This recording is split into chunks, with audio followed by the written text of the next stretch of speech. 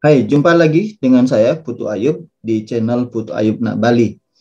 Eh, Kesempatan kali ini saya ingin mengajak kita memanfaatkan beberapa sumber yang kita bisa pakai untuk memperoleh literatur dalam menulis.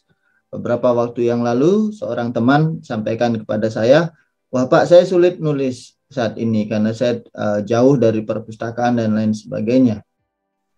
Di era teknologi yang berkembang begitu pesat saat ini, perpustakaan itu begitu dekat dengan kita karena sekarang ada begitu banyak perpustakaan digital, ada banyak sumber-sumber digital yang kita bisa akses secara terbuka. Dan kali ini saya ingin mengajak kita melihat beberapa sumber yang kita bisa fungsikan dalam menulis begitu. Nah, saya ingin memulainya dengan beberapa sumber. Pertama, saya ingin mengajak kita melihat Google Scholar. Ini adalah sebuah apa ya, sistem atau mungkin repositori yang begitu besar.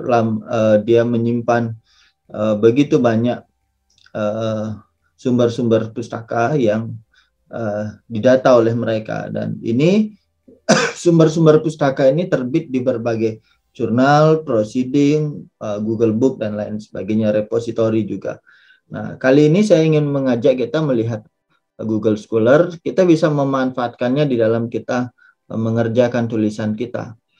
Misalnya kita sekarang mau menulis tentang, kalau kita bicara soal COVID, sudah terlalu banyak isu tentang COVID ya. Mungkin kita mau mempelajari tentang pembelajar mandiri. Nah, saya memberi batasan di sini. Saya beri tanda kutip di awal dan di akhir untuk memberi batasan dalam saya melakukan pencarian. Saya mau membatasi lagi di sini pendidikan anak.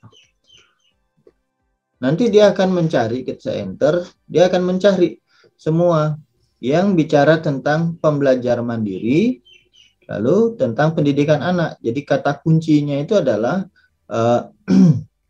itu pembelajar mandiri dan pendidikan anak. Kita mau batasi lagi supaya ini umpama karena ada banyak sumber yang masuk, kita batasi dia dengan kata jurnal. Nah, ini kemudian ya, dia akan membatasi yang ditampilkan adalah yang terbit di jurnal gitu. Sehingga sekarang kita umpama metafora sebagai teman belajar anak. Ini dia di dalamnya menyinggung tentang pembelajar mandiri. Kita bisa kunjungi jurnalnya. Lalu, nah ini tidak terlalu ini tampilannya. Kita coba cari yang lain.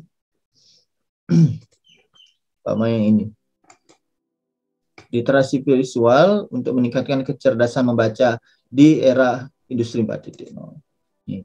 Jurnal Edu Civilia, jurnal pengabdian pada masyarakat. Nah, saya ingin menyimpannya di Mendeley saya. Saya bisa menyimpan dengan dua cara. Saya simpan dengan web importer atau cara kedua, saya bisa melakukan copy terhadap DOI-nya seperti ini. Jadi saya copy DOI-nya. Dengan catatan DOI-nya ini sudah aktif ya. Ada kalanya DOI-nya tidak aktif. Ini contohnya, ini sudah masuk nih di sini. Nih. Ini sudah masuk di sini. Kita kalau mau lewat sini ya, ini kita cek jurnal, judulnya, penulisnya, publikasinya, semua kita cek dulu sebelum kita simpan. Begitu. Oke, ini sudah kita bisa simpan ya. Nah, saya simpan di Mendeley saya. Kita coba cari yang lain lagi di Google Scholar. Ini umpama homeschooling dalam masyarakat studi etnografi pendidikan. Kita coba buka juga.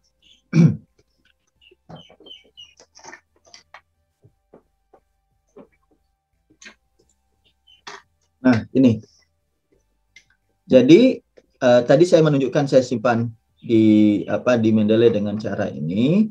Sekarang saya coba saya cek dulu ya, DOI-nya aktif atau tidak. Oke, DOI-nya aktif. Jadi saya mau simpan di Mendeley saya dengan cara ini. Saya copy DOI-nya sampai angka 10 ya. Kemudian saya buka Mendeley, lalu saya cari di sini DOI, Digital Object Identifier. Saya klik, saya search dia. Ini kita perlu koneksi internet ya. Ini sudah masuk dia semua begitu. Jadi sudah masuk. Di sini halamannya baru halaman 14. Kita lihat dia halaman berapa sih ini.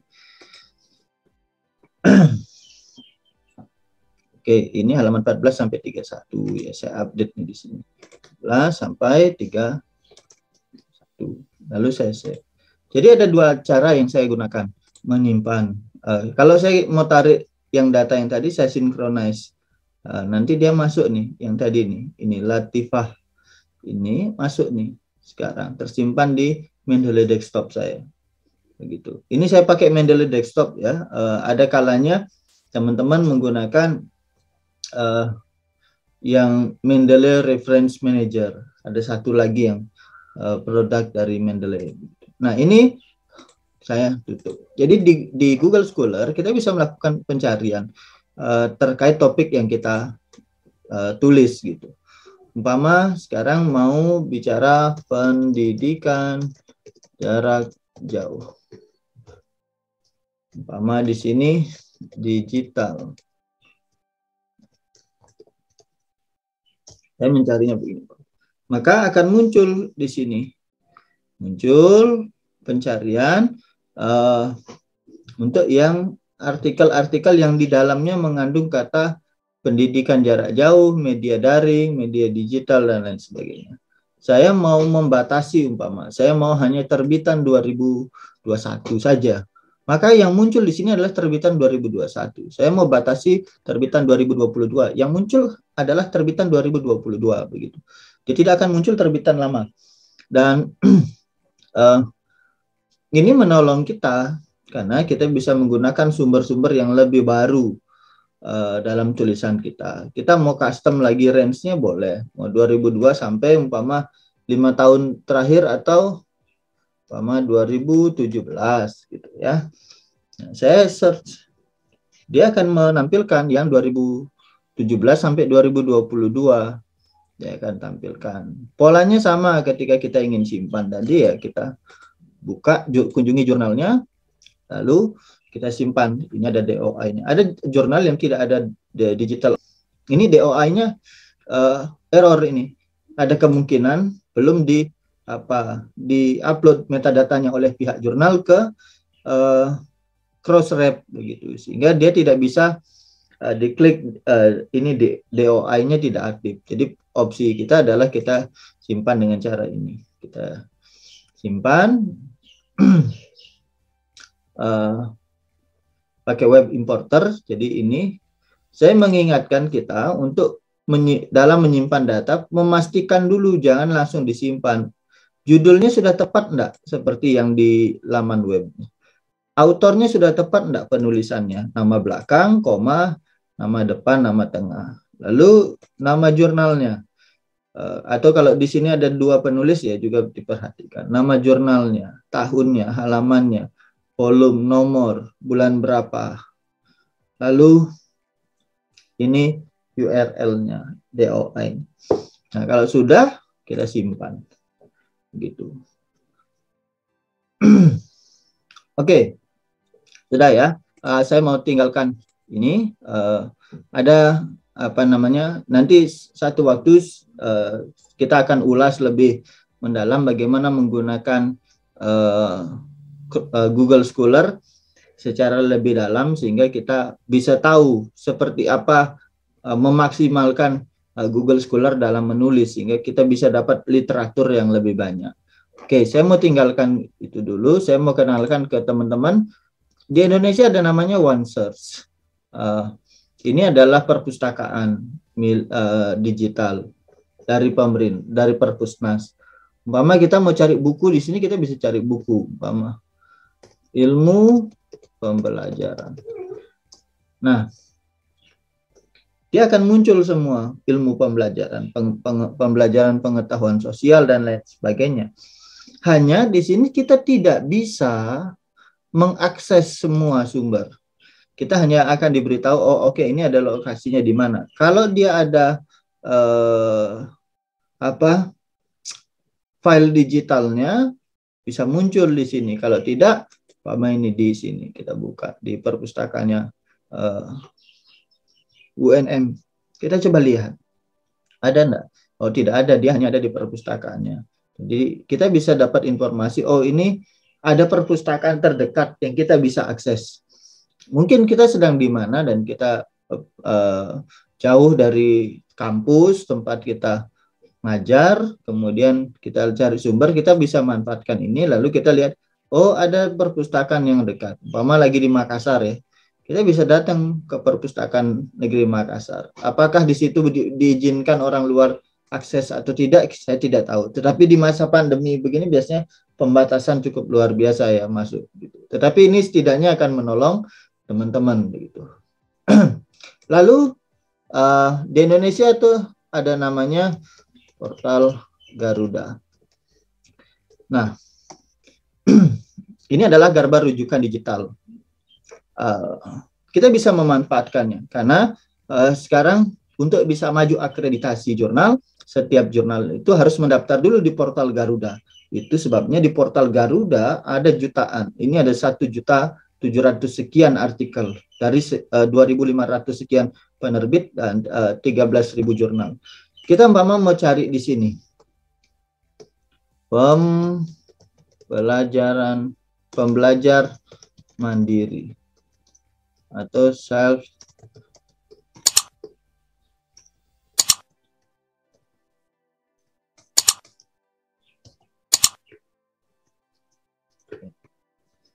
saya selalu pakai tanda kutip di situ untuk melakukan pembatasan. Kita coba di sini.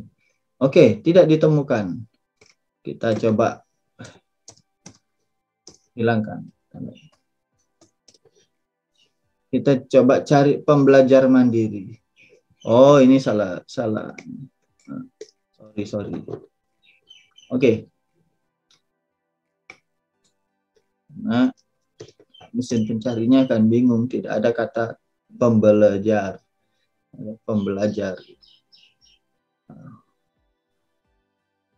Masih loading, harap segera. Ya, ini semua sumber yang dia tampilkan ada 3. Coba kita lihat, ini kesiapan belajar mandiri, bahan belajar mandiri, kemudian generasi pembelajar mandiri, dan pendidikan abad 21. Ini kita bisa kunjungi. Opsi kita adalah kita bisa dapat full PDF-nya di sini. Atau kita mau mengunjunginya melalui ini, original source. Jadi kita diarahkan, kita datang ke sini dan kita melakukan pola yang tadi, simpan pakai Mendeley ini. Ini kita kunjungi. Terbit 2012. Jadi, itu coba. Ini sudah ada DOA-nya. Tapi error. Ya, ini biasanya jurnal yang masih lama-lama belum di deposit metadatanya. Oke. Jadi kita bisa cari yang lain lagi. Umpama isunya adalah isu teologi. Oke, saya mau tambahkan teologi penganiayaan.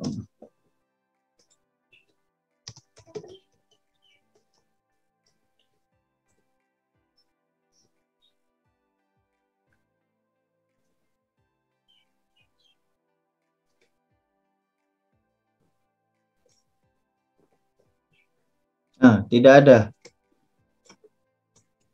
Teologi bencana. Nah,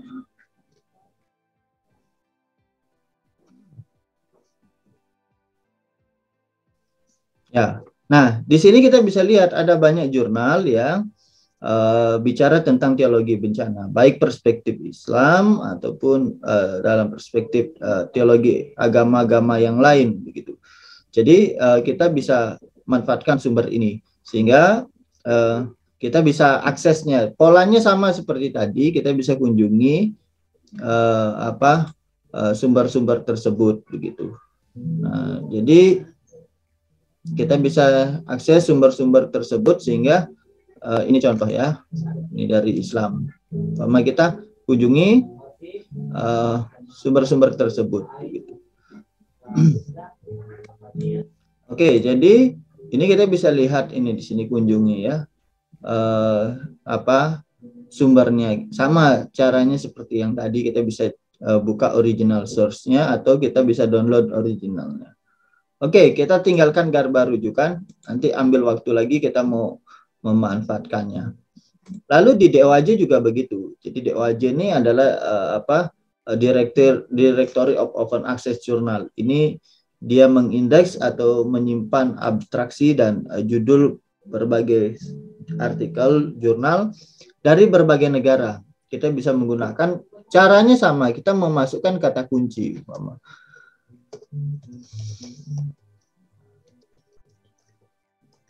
Kita akan lihat ada banyak tidak yang menulis tentang teologi bencana. Ketika saya masukkan, maka tidak ada.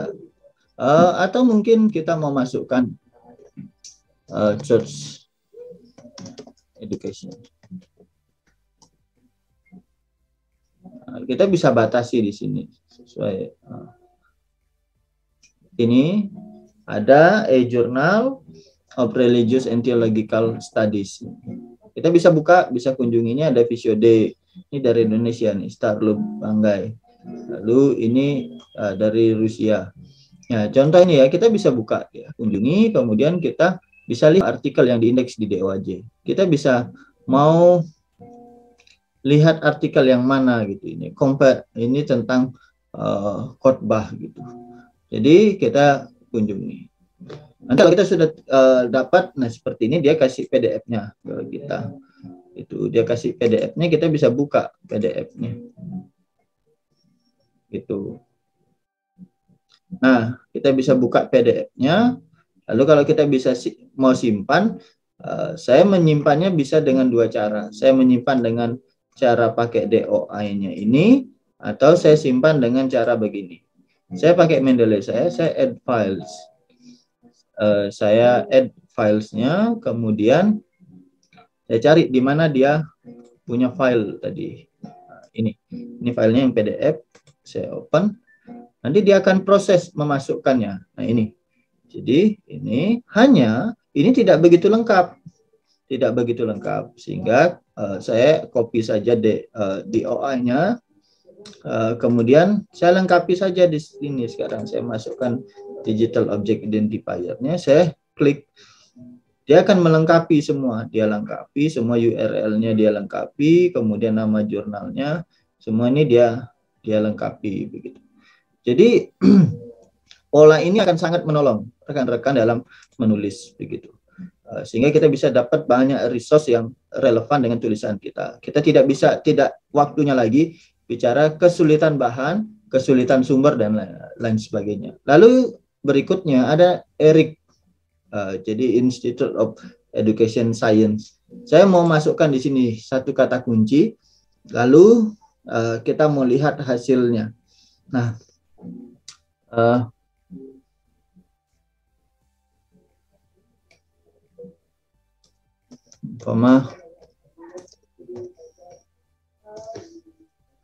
ini di Rousseau. Apakah ada? Ini tentang Sensek Rousseau. Mungkin ada yang menulisnya atau tidak kan gitu. Atau saya mau cari kata kunci. Ini di sini bahasa Inggris, sehingga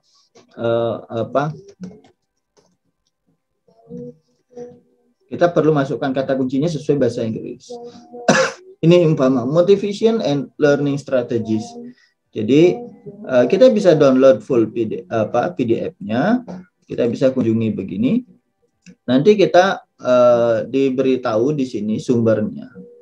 Ini sumbernya, ada di sini websitenya. Jadi kita bisa kunjungi websitenya atau kita dari sini saja bisa dapat full PDF-nya. Saya mau buka. Nah, ini full PDF. Kita lihat full PDF-nya. Nah, ini. Jadi cara menyimpannya saya sederhana saja. Saya pakai pola copy DOI-nya, lalu saya add manual entry, kemudian lakukan. Kalau ini DOI-nya aktif, dia langsung nyimpan. Nah, aktif dan dia langsung simpan. Setelah itu saya save, kita bisa gunakan sudah. Setelah kita membaca sumber ini, kita bisa gunakan. Gitu. Jadi laman-laman ini sangat membantu kita dalam menulis. Umpama ini motivation method ini atau ini ya. Lalu kita download saja full text-nya. Download full text-nya. Lakukan saja polanya. Kalau mau pakai cara ini add files, kita add filesnya. Sebentar, saya mau lihat yang mana files. Ya, ini. Oke, kita lihat prosesnya. Ini lengkap enggak? Enggak lengkap, sehingga saya lebih senang akhirnya menggunakan pola ini. Apalagi kalau dia DOI-nya aktif, saya paling senang pakai pola ini karena dengan pola ini saya bisa menarik metadata yang lebih lengkap dan itu menolong saya dalam menulis. Nah, sudah. Kalau sudah, kita semua sudah simpan metadatanya. Berikutnya, satu laman yang namanya Science Direct. Science Direct ini punya Elsevier. Saya memanfaatkan begitu sering sumber ini. Ini publikasi yang tersimpan di sini adalah publikasi yang terbit di yang terindeks di Scopus. Gitu. Jadi kita bisa manfaatkan. Jauh lebih baik kalau kita bisa punya akun di sini sehingga kita bisa sign in dan kita bisa akses lebih terbuka. Tapi kali ini saya belum ada karena saya belum bisa dapat user untuk sign in di sini karena berbayar. Lalu kita bisa memanfaatkan di sini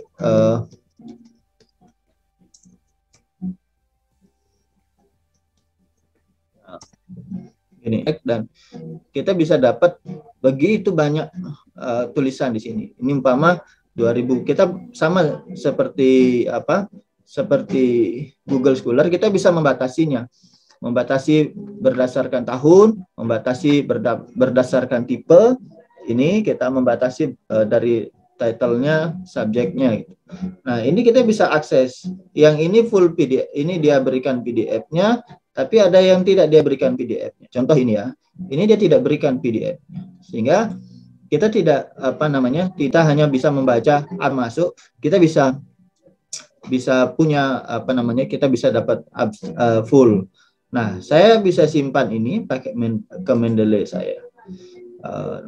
Biasanya kalau saya menulis abstraknya saja sudah cukup juga karena abstrak memberi gambaran buat saya tentang tulisan itu gitu. Nah, ini semua metadatanya sudah dia masukkan itu sudah, lalu saya add. Lalu kalau ini umpama ini ada PDF-nya. Ini ada PDF-nya. Kita bisa dapat PDF. Dia akan tunjukkan kita PDF-nya. Nunggu buka di Mendeley. Kalau di Science Direct dengan Mendeley itu satu perusahaan yang itu bisa sekaligus begitu. Sudah, kalau sudah saya ini PDF-nya kita lihat. Nah, ini PDF dari Elsevier, ini dari Journal of Business Mentoring. Ini judulnya. Lalu kita bisa download dia juga, begitu. Jadi, tapi biasanya di Mendeley kita sudah simpan. Kalau kita sudah simpan, biasanya kita bisa dapat PDF-nya juga.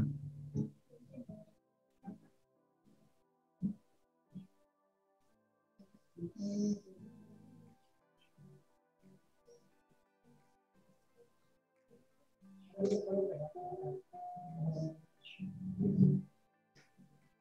kita coba cari tadi ini. Nah,